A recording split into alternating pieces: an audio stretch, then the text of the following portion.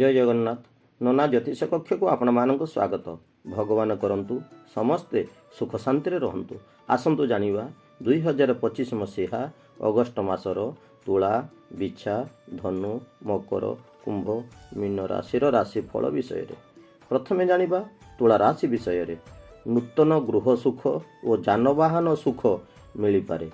कला, साहित्य, क्रीड़ा, चलचित्र तथा आनुष्ठानिक काम रे प्रशंसा मिलिबार संभावना अछि। पारिवारिक जीवन आनंद रे कटिबो। नूतन आय पंथा प्राप्ति हेबो। विभिन्न प्रकारर समस्या समाधान हेबार संभावना अछि। बंधुंक सहयोग रे केतेक समस्यार समाधान हेबो। प्रेमिक प्रेमिका माने प्रेम क्षेत्र रे आनंदित रहिबे। क्रीड़ावित माने प्रशंसित रहिबे। सांबादिक मानकर पदमर्यादा वृद्धि हेबो। राजनीति और सामाजिक क्षेत्र रे सफल सिद्ध हेबो। दूर यात्रा रे लाभवान हेबे। परिवार रे जेते समस्या थिले मध्य शांति अनुभव करिवे। गुरुजन एवं उच्च पदस्थ व्यक्ति मानक ठारू सम्मान मिलिबो। वाद विवाद, परीक्षा प्रतियोगिता, माली मोकद्दमा और साक्षात्कार रे सफल हेबे। ए मासर प्रतिकार प्रत्येक शुक्रवार शिव मंदिर दर्शन करंतु। ओं नमः शिवाय जप करिवे एवं प्रत्येक शनिवार अस्वस्थ गछ मूल पूजा करिवे। फल ए मासटी आपणकर सुख शांति कटिबो। एबे जानिबा बिछा राशि विषय रे। सामूहिक प्रयास और सहयोग द्वारा आगक बढ़ी पारिबे।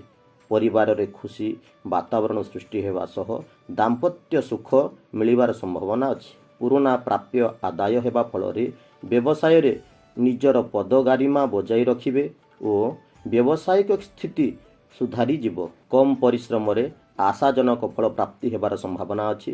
स्वास्थ्य क्षेत्र रे उन्नति हेबो। मानसिक स्थिति भल रहिबो।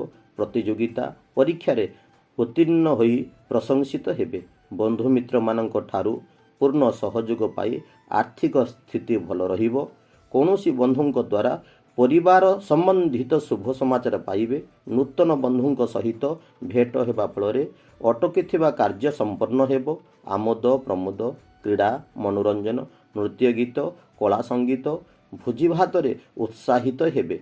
ए मासर प्रतिकार प्रत्येक दिन हनुमान चालीसा पठन करंतु एवं प्रत्येक मंगलवार सुंदरा कांड श्रवण करंतु। फल रे ए मासटी आपणकर सुख शांति कटिबो। एबे जानिबा धनुराशि विषय रे। उच्च पदाधिकारी ठारू साहाय्य सहयोग पाइबे। पारिवारिक समस्या सत्वे शांति विराजमान रहिबो। बुद्धिमत्ता कारणरू समस्त क्षेत्र रे लाभ मिलिबार संभावना अछि। आर्थिक स्थिति रे परिवर्तन हेबा सह नुआ काम पाइबार संभावना अछि। स्वास्थ्य संपर्कीय दुश्चिंता दूर हेबो और कर्म क्षेत्र रे संपूर्ण लाभ पाइबे। उधार नैथिबा टंका मिलिबार संभावना अछि। व्यवसाय रे आशातीत लाभ पाइबे। प्रियजन माने निकटतर हेबा सह दाम्पत्य सुख रे आशाजनक फल प्राप्ति हेबो। पैतृक संपत्ति को नहीं पारिवारिक द्वंद्व देखा दे पारे। विभिन्न विभागीय परीक्षा देवार सफल हेबे और उच्च शिक्षा पाई सुजोग पाइबे। दूर यात्रा रे प्रियजनक सह मिलन हेबा सह अटकी थिबा कार्य पूर्ण हेबो। ए मासर प्रतिकार प्रत्येक गुरुवार विष्णु मंदिर दर्शन करंतु। 5टी हलदिया फूल विष्णु ठारे अर्पण करंतु। ओम बृहस्पति ग्रहाय नमः 108 थर जप करंतु। फल रे ए मासटी आपणकर सुख शांति कटिबो। एबे जानिबा मकर राशि विषय रे। विद्यार्थी माने आत्मविश्वास और दृढ़ता जोगे परीक्षा प्रतिद्वंदितार विजयी हेबे। कर्म क्षेत्र रे गठनमूलक प्रस्ताव नहीं प्रशंसित हेबे।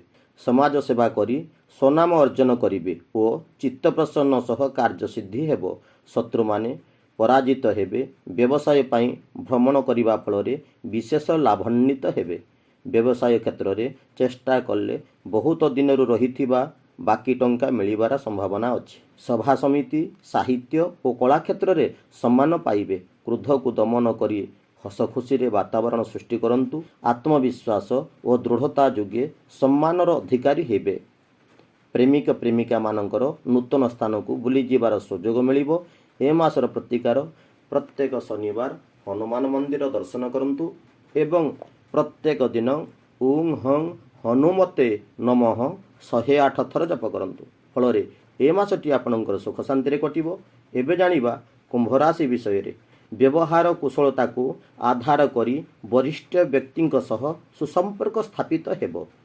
ପାରିବାରିକ କ୍ଷେତ୍ରରେ ଅଶାନ୍ତି ବିଶୃଙ୍ଖଳା ଦୂରେଇ ଯାଇ ସହନଶୀଳତା ବଜାଇ ରଖିବାର ସମ୍ଭାବନା ହେବ। ଜମିଜମା ସଂକ୍ରାନ୍ତୀୟ ଗୁରୁତ୍ୱପୂର୍ଣ୍ଣ କାର୍ଯ୍ୟ ସମ୍ପାଦନ ହେବ। ନୂତନ କର୍ମ ନିଯୁକ୍ତିରେ ସଫଳ ହେବେ। ମାନସିକ ଶାନ୍ତି ଓ ସ୍ୱାସ୍ଥ୍ୟ କ୍ଷେତ୍ରରେ ଉନ୍ନତି ଘଟିବ। ବହୁ ଗୁରୁତ୍ୱପୂର୍ଣ୍ଣ ସମସ୍ୟାର ସମାଧାନ ହୋଇ ଶତ୍ରୁମାନେ ଦୂରେଇ ଯିବେ। ସାମାଜିକ କଲ୍ୟାଣ କାମରେ ପୂର୍ଣ୍ଣ ସହଯୋଗ କରିବେ। ମାନସିକ, ବୌଦ୍ଧିକ ଓ ଭାବନାତ୍ମକ ରୂପରେ ଅଧିକ ସକ୍ଷମ ହେବେ। ବ୍ୟବସାୟରେ ଭାଗୀଦାରୀମାନଙ୍କ ସହ ମତାନ୍ତର ଦୂରେଇ ଯିବ। ଆର୍ଥିକ ପରିସ୍ଥିତି ଉତ୍ତମ ଥିଲେ ମଧ୍ୟ ବସନ ଭୂଷଣରେ ଅଧିକ ବ୍ୟୟ ଘଟିବ। ଏ ମାସର ପ୍ରତିକାର ପ୍ରତ୍ୟେକ ଦିନ ଶିବ ମନ୍ଦିର ଦର୍ଶନ କରନ୍ତୁ ଏବଂ ପ୍ରତ୍ୟେକ ଶନିବାର ହନୁମାନ ମନ୍ଦିର ଦର୍ଶନ କରନ୍ତୁ। ଫଳରେ ଏ ମାସଟି ଆପଣଙ୍କର ସୁଖ ଶାନ୍ତିରେ କଟିବ। ଏବେ ଜାଣିବା ମୀନ ରାଶି ବିଷୟରେ।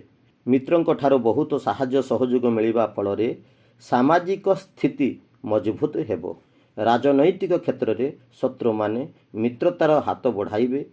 ଶାରୀରିକ ସୁସ୍ଥତା ଦେଖାଦେବା ସହ ଯେକୌଣସି କାମରେ ହାତ ଦେଲେ ସେଥିରେ ସଫଳ ହେବେ। ବିଦ୍ୟାର୍ଥୀମାନଙ୍କର ବିଦ୍ୟା କ୍ଷେତ୍ରରେ ଉନ୍ନତି ହେବାରୁ ମନ ଖୁସି ରହିବ ଓ ଉଚ୍ଚଶିକ୍ଷା ପାଇଁ ବିଦେଶ ଯାତ୍ରାର ସୁଯୋଗ ପାଇବେ। ଉଚିତ ପରାମର୍ଶ ପାଇ ହରାଇଥିବା ଦ୍ରବ୍ୟ ଫେରି ପାଇବାର ସମ୍ଭାବନା ଅଛି।